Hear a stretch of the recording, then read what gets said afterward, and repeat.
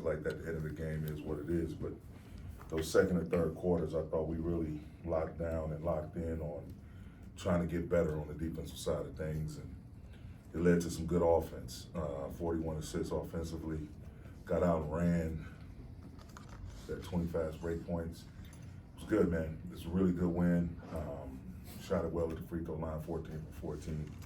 But just, again, us applying pressure defensively, a lot of good carryover from the day we had yesterday in the film room, and also, some things we discussed in our walkthroughs and some breakdowns we did in practice. So thought it was a great win, and Max, D'Lo coming off, having 9 assists, Austin obviously being aggressive, Max defensive rebound, and C. Wood knocking down some big threes for us.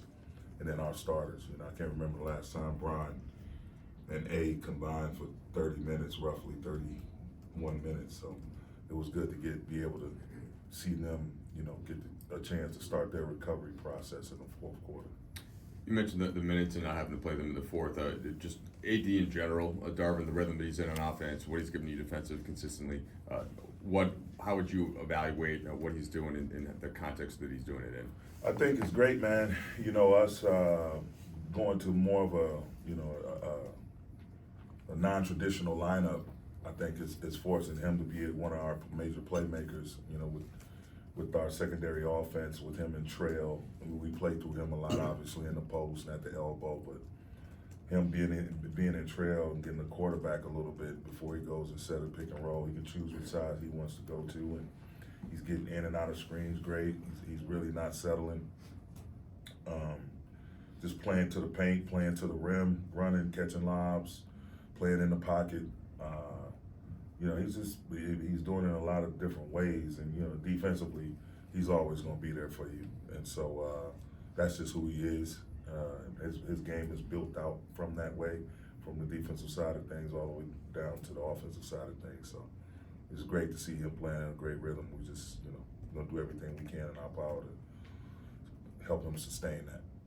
Staying on AD, the 4 blocks he had today, the 4 dunks that he had today, is that a physical representation of focus or aggression or whatever, that the intangible assets that this team kind of needs to find its identity? Yeah, those couple days didn't hurt. A couple days of not having a game, being early Christmas Day game, came up short unfortunately, but having Tuesday off and then coming in and more of a the film basically was the practice, and guys being able to be back in our building, our facilities with our resources, and really get that home treatment, sleep in their own beds.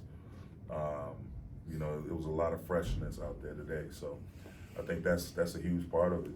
Just the times we can be efficient with our bodies and be efficient with the type of practices we're having, the type of team sessions we're having. At least those guys having fresher legs and being able to play longer with more force. You mentioned the freshness tonight, and you were able to keep both those guys at 25, 26 minutes with the back-to-back upcoming. Is there a plan, to how you will manage them over those 2 games? Could we see both those guys in both the games? Man, those guys are highly competitive, and it's 2 teams that's is going to be right in the mix. One is at the top of the Western Conference, one is surging. So I expect those guys to have themselves ready and available. I don't know if a minute restriction applies or a minutes zone applies when you deal with this high-level basketball to finish the calendar year. I just look forward to us getting to Minnesota safely, God willing, and being ready to play that game on Saturday. We'll worry about the rest later. Darvin, how has Rudy handled wearing the mask? Was that a case where he's getting used to it more? Yeah, it's definitely a case.